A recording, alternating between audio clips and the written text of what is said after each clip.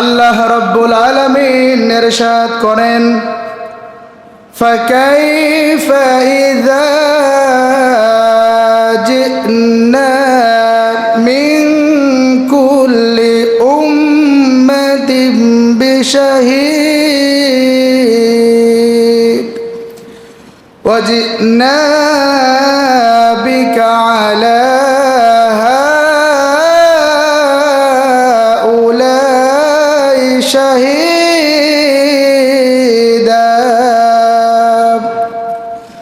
আল্লাহ তাআলা সূরা নিসার ৪১ নং আয়াতে কারিমার ভিতরে বলেন, সেই দিন কি অবস্থা হবে, সেই দিনের অবস্থা কেমন হবে, যেই দিন আমি সমস্ত উম্মতের নবীদেরকে তার উম্মতের ওপরে আমি সাক্ষী বানাবো, আর আপনাকে হে নবী আপনাকে আপনার উম্মতের ওপরে সাক্ষী বানাবো। এটা হচ্ছে সূরা নিসা ৪১ নং আয়াতের বাংলা অনুবাদ। আল্লাহ বলছেন সেই দিনের অবস্থাটা কেমন হবে, যেই দিন সমস্ত নবীদের উম্মতকে হাজির করে, এখানে মূলত কিয়ামতের দিনের কথা বলা হচ্ছে। কিয়ামতের দিন সমস্ত মানুষ যখন উঠবে, প্রত্যেকটা নবীর উম্মতের হাজির করে ওই নবীকে তার জাতির ওপরে সাক্ষী বানাবে, আর আমাদের নবীকে আমাদের ওপরে সাক্ষী বানাবে। প্রিয় ভাইরা আমার, প্রত্যেকটা নবীকে তার জাতির ওপরে সাক্ষী বানাবে এবং আমাদের নবীকে আমাদের ওপরে সাক্ষী বানাবে। এই আয়াতে কারিমা যখন আল্লাহর নবী মুহাম্মাদুর রাসূলুল্লাহ তেলাওয়াত করতেন, এই আয়াতে কারিমা যখন নবীজি পাঠ করতেন, তখন নবীজির চোখ দিয়ে দরদর করে পানি পড়তেন। কারণ এই আয়াতের ভিতরে এমন একটা সূক্ষ্ম কথা লুকিয়ে আছে, নবীজি সেই কথাটা চিন্তা করে বারবার নবীজি কাঁদতেন, তার দাড়িগুলো ভিজে যেতেন। কারণ হলো এই পৃথিবীতে যত নবী এসেছে, ওই নবী তার উম্মতকে দেখে যেতে পেরেছে, উম্মতের কৃতকর্ম তার কাছে স্পষ্ট আছে, নবী তার উম্মতের পক্ষে সুপারিশ করবে। কিন্তু আমাদের নবী জীবনে আমাদেরকে দেখে নাই। আমরা নবীজির আদরের উম্মত, জীবনে কখনো কোনো দিন নবী আমাদেরকে দেখে নাই।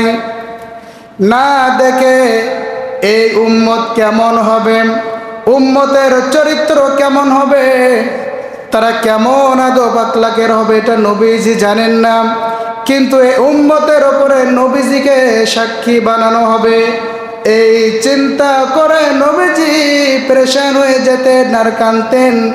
যাদেরকে আমি দেখলাম না, যাদেরকে আমি স্বচক্ষে কোনোদিন কখনো দেখি নাই, তাদেরকে আমি কিভাবে সাক্ষী দেব? আল্লাহর নবী মুহাম্মাদুর রাসূলুল্লাহ আমাদের কি এত ভালোবাসতেন, উম্মতের মায়ায় নবীজি এত বেশি পরিমাণে কাঁদতেন। আজ বিশ্ব নবীজি তার রওজায় শুয়ে সে উম্মতের জন্য কাঁদেন। একটা হাদিস আপনাদেরকে শোনাই, লিকুল্লি নবিয়্যিন দাওয়া মুস্তাজাবুদ দাওয়া। আল্লাহ রাসূল বলেন, এই পৃথিবীতে যত নবীকে আল্লাহ পাঠিয়েছেন, যত রাসূল আল্লাহ পাঠিয়েছেন, প্রত্যেকটা নবীকে স্পেশাল করে একটা দোয়া আল্লাহ দিয়েছেন, ওই দোয়াটা কবুল হয়ে যাবে। এই পৃথিবীতে যত নবী এসেছে চলে গিয়েছে, প্রত্যেকটা নবী এবং রাসূল সেই দোয়াগুলো দুনিয়া থেকে করে শেষ করে দিয়েছে।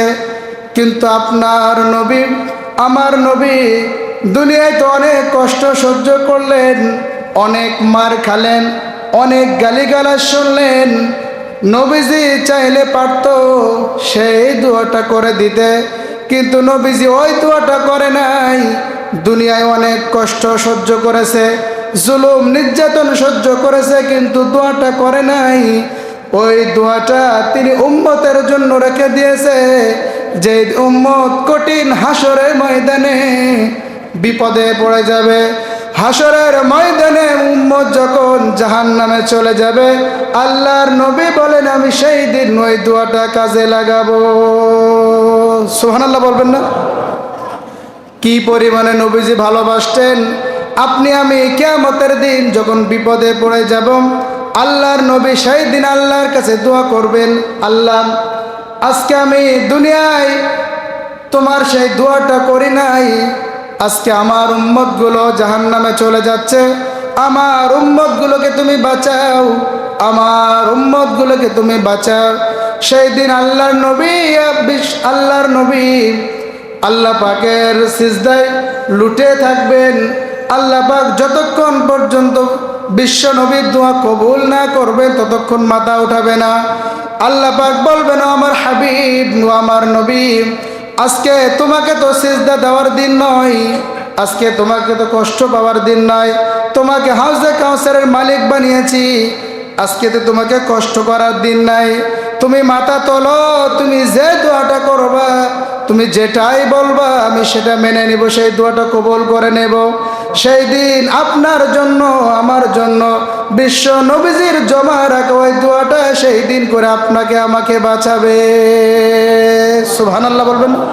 কি দরদের নবী, কি মায়ার নবী, যিনি দুনিয়ায় হাজারো কষ্ট জুলুম নির্যাতন সহ্য করেছে, কাফেরদের গালিগালাজ সহ্য করেছে, তারপরও নবীজি সেই দোয়াটা কাজে লাগায় নাই। ওই দোয়াটা আপনার জন্য আমার জন্য রেখে দিয়েছেন আল্লাহর নবীজি, বিশ্ব নবীজি মুহাম্মাদুর রাসূলুল্লাহ। মাঝে মধ্যে সাহাবীদেরকে বলতেন তোমরা একটু তেলাওয়াত আমাকে শোনাও।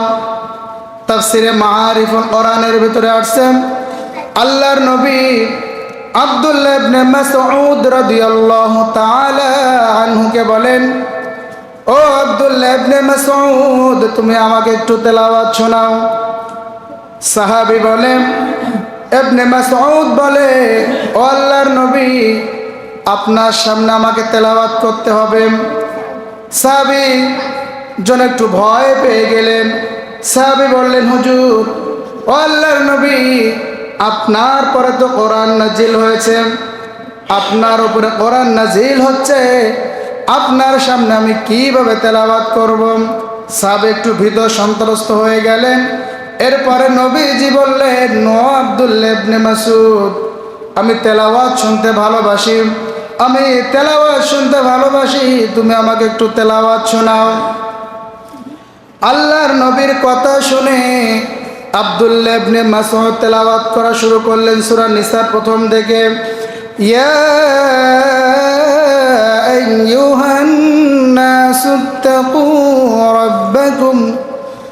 রাব্বাকুমুল্লাযী খালাকাকুম মিন নাফসিন ওয়াহিদা ওয়া খালাকা মিনহা যাওজাহা وبث منهما رجالا كثيرا ونساء واتقوا الله الذي تساءلون به والأرحام। এইভাবে তেলাওয়াত করতে করতে আব্দুল্লাহ ইবনে মাসউদ যখন 41 নং আয়াতে কারিমা তেলাওয়াত করলেন, ফাকাইফা ইযা জিনা মিন কুল্লি উম্মাতিন বিশাহীদ ওয়া জিনা বিকা আলা হাউলাই শাহীদা। এই আয়াতে কারিমা যখন তেলাওয়াত করলেন, আব্দুল্লাহ ইবনে মাসউদ লক্ষ্য করলেন বিশ্ব নবীজির চোখ দিয়ে দর দর করে পানি পড়তেছে। বিশ্ব নবীজি কান্নায় ভেঙে পড়েছেন। আব্দুল্লাহ ইবনে মাসউদ বলে, হুজুর আপনার চোখের কোণায় পানি। আল্লাহর নবীজি বলেন, এই আয়াতে কারিমা যখন আমি তেলাওয়াত করি, যখন আমি আয়াতে কারিমা তেলাওয়াত শুনি, তখন আমার মনটা বড় খারাপ হয়ে যায়, আমি বড় টেনশনে পড়ে যাই। কিয়ামতের দিন আমার উম্মতের উপরে আমাকে সাক্ষী বানানো হবে। অথচ জীবনে আমার উম্মতকে আমি দেখি নাই, না দেখে আমার উম্মতের উপরে আমাকে সাক্ষী দিতে হবে। সাক্ষী দিতে হয় দেখে না না দেখে। কথা মনে হয় বুঝতে পারছেন না? সাক্ষী দিতে হয় দেখে। নবীজিকে আমাদেরকে দেখেছেন? আচ্ছা, আপনাকে যদি একটা বলা হয় যে আপনি একটা সাক্ষী দেন, আপনি না দেখে একটা মানুষের বিরুদ্ধে কিভাবে, মানে একটা মানুষের পক্ষে হোক বিপক্ষে হোক, আপনি যে বিষয়টা জানেন না কিভাবে সাক্ষী দেবেন? এটা কিন্তু একটা কঠিন বিষয়। কিয়ামতের দিন নবীজি আমাদের পক্ষে সুপারিশ করবে। নবীজি আমাদেরকে দেখে নাই, এই টেনশনে নবীজি কান্নাকাটি করছেন, নবীজি চোখ দিয়ে পানি পড়ছে, আরে আমার উম্মতকে তো আমি কখনো দেখি নাই, আর সেই উম্মতের সাক্ষী আমাকেই বানানো হবে। এই কথা মনে পড়লে নবীজি কাঁদতেন। প্রিয় ভাইরা আমার, এখন সেই নবীজির উম্মত কত আকাম কুকাম দুনিয়ায় করছে কি করছে না? নামাজ নাই, কালাম নাই, ইসলাম বিরোধীদের করা জম, এরপরে যত ইসলাম বিরোধী কাজ আছে করে, শুধু আনুষ্ঠানিকভাবে জুমার নামাজ পড়ে তাই পড়ে, অন্য নামাজের খোঁজ নাই, জুমার আনুষ্ঠানিকভাবে পড়ে। মাঝে একটা কথা মনে পড়ে গেল, যারা জুমার নামাজ ফরজটা পড়ে পারে, সুন্নতার পড়েন না, যারা চলে যান, আপনারা কোন হিসাবে, কোন থিওরিক্যালে আপনারা চলে যান, কোন দলিলে আপনারা চলে যান? জোহরের নামাজ যারা জুমার দিন ওই পরবর্তী সুন্নাত পড়েন না, তাদেরকে বলছি ভালো করে আমার কথাটা বিবেক দিয়ে শোনেন। যারা জুমার দিন বাদে অন্য দিন ধরে নেন আপনি জোহরের নামাজ পড়তে এসেছেন, তো জোহরের নামাজের পরে ইমাম সাহেবের পরে 2 রাকাত কি সুন্নাত কি তারা পড়ে না? পড়ে না? আপনি পড়েন। জুমার দিন ফরজ পড়ার পরে মোনাজাত এখন আর লাগে না, তা মোনাজাত আপনি না করেন, এরপরে যে 2 রাকাত বা 4 রাকাত মানে সুন্নাত নামাজ আছে, এটা কেন পড়েন না? কোন যুক্তিতে পড়েন না? মানে সারা সপ্তাহ তো খোঁজ নেই, জুমারটা পড়তে এসে খালি 2 রাকাত পড়িও হেঁটে দেবেন, ওর পরবর্তী তার নামাজ নাই। তার মানে কি বলেন তো? এটা আনুষ্ঠানিকতা, এটা সামাজিকতা, সমাজের লক্ষ্যে দেখানোর জন্য। আমি যদি জুমার নামাজও না পড়ি, তাহলে সমাজের লোক আমার কি বলবেন? চল যাই পড়ি আসি। প্রকৃতপক্ষে আপনি যদি আল্লাহর জন্য পড়েন, তাহলে অন্তত ফরজের পরে যে 2 রাকাত বা 4 রাকাত সুন্নত আছে, 2 রাকাত পড়েন না 4 রাকাত পড়েন, একটা পড়ি তো যাবেন নাকি? কিন্তু না পড়ি আপনি হেঁটে দেন, এটা উচিত নয়, এটা ঠিক নয়, এটা করবেন না। অন্তত মোনাজাত করেন আর না করেন, 4 রাকাত নামাজ সুন্নাত পড়ে যাবেন। লোক দেখানো গতানুগতিক কাজ বাদ দিতে হবে। প্রিয় ভাইরা আমার, নবীজির এই উম্মতগুলো আজকে বেমালুম নামাজ ভুলে যাচ্ছে। এই উম্মতকে নবীজি কি ভালো সুপারিশ করবে? জোরে বলেন, করবে? তাফসিরের ভিতরে পড়লাম, ভালো করে মনোযোগ দেন। কবরের ভিতরে নবীজি কিন্তু জিন্দা। এই পৃথিবীতে প্রত্যেকটা নবীর জন্য, পৃথিবীতে যত নবী আল্লাহ পাঠিয়েছেন, যত নবী আল্লাহ পাঠিয়েছেন, রাসূল পাঠিয়েছেন, প্রত্যেকটা নবী ও রাসূলের জন্য জমিনকে ভক্ষণ করা আল্লাহ জমিনের জন্য হারাম করে দিয়েছে। কোন জমিনের মাটি নবীদের গা খাইতে পারে না, কোন পোকা মাকড় নবীদের দেহটাকে নষ্ট করতে পারে না। নবীজি আমার কবরের ভিতরে জিন্দা আছে।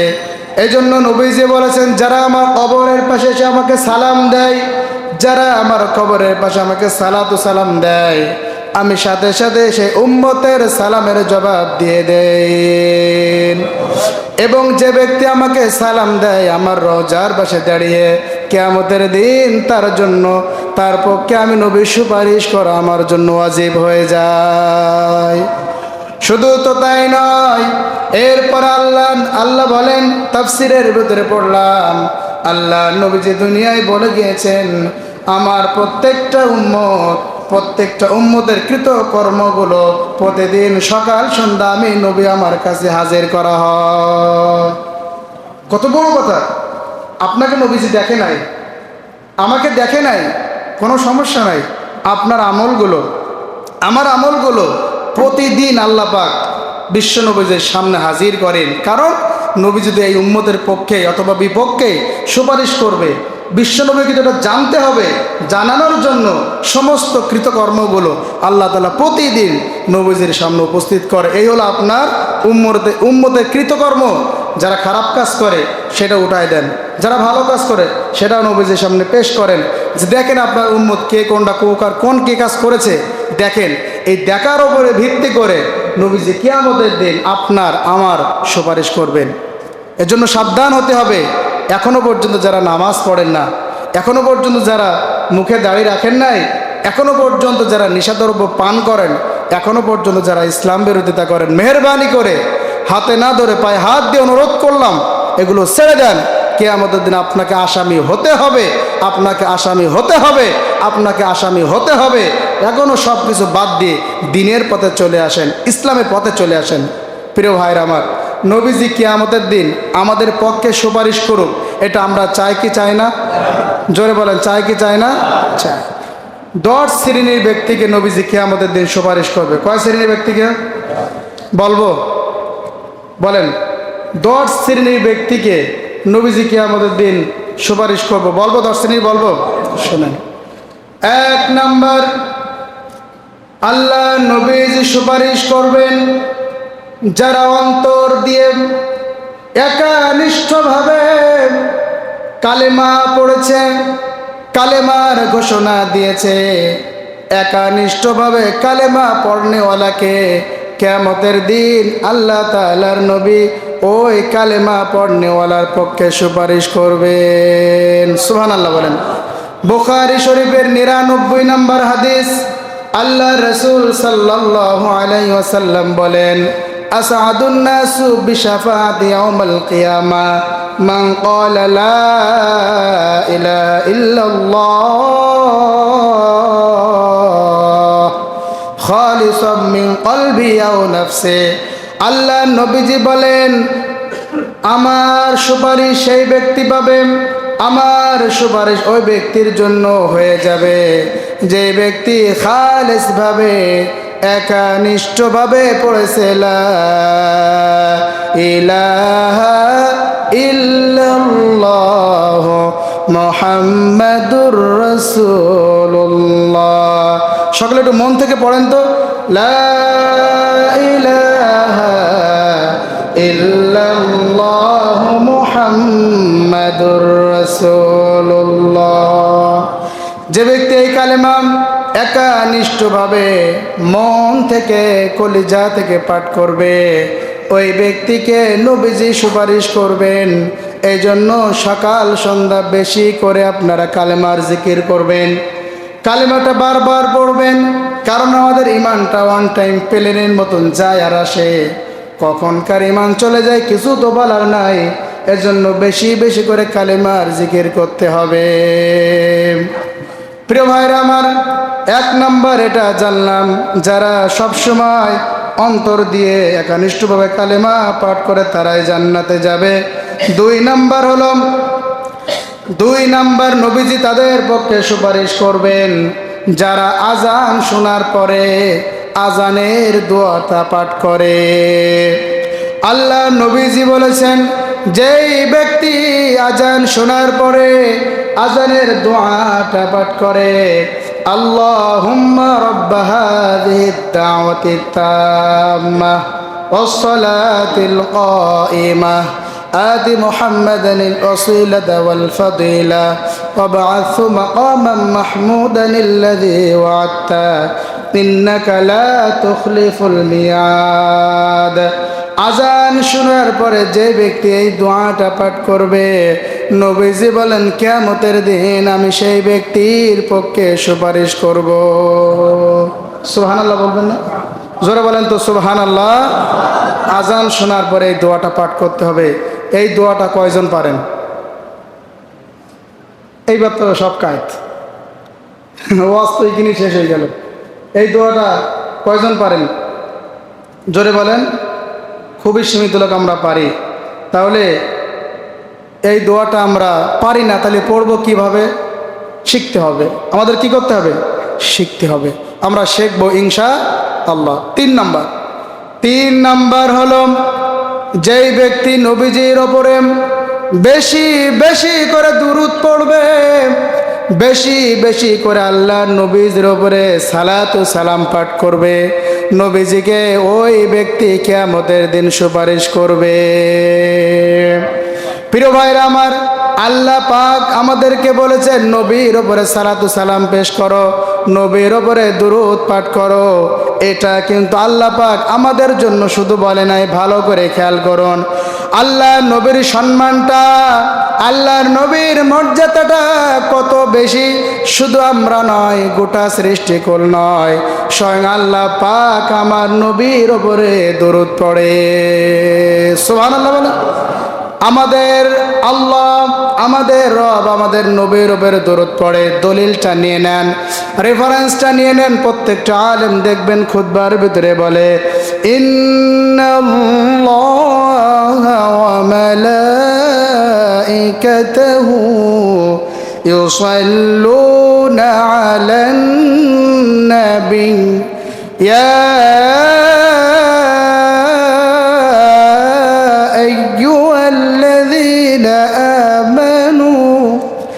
صلوا عليه وسلموا تسليما। প্রত্যেকটা আলেম পড়ে না? ইন্নাল্লাহ, নিশ্চয় আল্লাহ তাআলা, ওয়া মালাইকাতুহু, ফেরেশতাগণ, ইউসাল্লুনা, তারা সালাম পাঠায়, আলান নবী, নবীর উপরে। সুবহানাল্লাহ বলেন। আলা মানে উপরে, আলান নবী, নবীর উপরে আল্লাহ এবং ওয়া মালাইকাতুহু, তার ফেরেশতা সমূহ নবীর উপরে দরুদ পাঠ করে। সুবহানাল্লাহ বলতে পারেন না? আপনি কি ভাবতে পারছেন? একটু ভাবেন তো, যে স্বয়ং আল্লাহ, আল্লাহ বলছেন ইন্নাল্লাহ, নিশ্চয় আমি আল্লাহ, আমি ওয়া মালাইকাতুহু, এবং আমার ফেরেশতা মণ্ডলী নবীর উপরে দরুদ পাঠ করে। ইয়া আইয়ুহাল্লাযীনা আমানু, হে ঈমানদারেরা, সাল্লু আলাইহি ওয়া সাল্লিমু তাসলিমা, হে ঈমানদারেরা, তোমরাও আমার নবীর উপরে দরুদ ও সালাম পেশ করো। সুবহানাল্লাহ বলেন। তাহলে আমরা এখান থেকে জানলাম আল্লাহ পাক নবীর উপরে দরুদ পাঠ করেন। সমস্ত ফেরেশতাকুল আল্লাহর নবীর উপরে দরুদ পাঠ করেন, এবং সমস্ত ঈমানদারদেরকে আল্লাহ পাক এই অর্ডার করেছেন, যারা বেশি বেশি নবীজির উপরে দরুদ পাঠ করে তাদের পক্ষে নবীজি সুপারিশ করবেন। সুবহানাল্লাহ বলেন। এজন্য আমরা বেশি বেশি দরুদ পাঠ করব। নবীজির নাম শোনার সাথে সাথে আমরা পড়ব সাল্লাল্লাহু আলাইহি ওয়াসাল্লাম। যখনই শুনবো আমাদের নবীর নাম মুহাম্মদ সাল্লাল্লাহু আলাইহি ওয়াসাল্লাম, সাথে সাথে সাল্লাল্লাহু আলাইহি ওয়াসাল্লাম বলতে হবে। আল্লাহ পাক বলেন, যারা নবীজির উপরে দরুদ ও সালাম পেশ করেন তাদের অনেকগুলো উপকার হয়। এক নাম্বার, তাদের উপকার হয়, যারা নবীজির উপরে দরুদ ও সালাম পেশ করে আল্লাহ পাক তাদের জীবনের 10টা গুনাহ মাফ করে দেয়। যতবার দরুদ পাঠ করবেন, যতবার বলবেন সাল্লাল্লাহু আলাইহি ওয়াসাল্লাম, ততবার 10টা করে গুনাহ মাফ হবে, 10টা রহমত আপনার উপরে নাজিল হবে, 10টা সগীরা গুনাহ আল্লাহ মাফ করে দেবেন। সুবহানাল্লাহ বলেন। এজন্য যখনই, সর্বক্ষণ, রাত দিন, যখনই আমাদের নবীর নাম শুনতে হবে, কি বলতে হবে? সাল্লাল্লাহু আলাইহি ওয়াসাল্লাম। আপনি যদি সবসময় এই দরুদটা পেশ করতে পারেন, বসে রয়েছেন, বসে না থেকে আপনি দরুদ ইব্রাহিম পড়েন, ঠিক আছে? বসে না থেকে দরুদ ইব্রাহিম পড়েন। বেশি বেশি দরুদ পাঠ করতে পারলে নবীজি আপনার পক্ষে কিয়ামতের দিন সুপারিশ করবে। আসুন।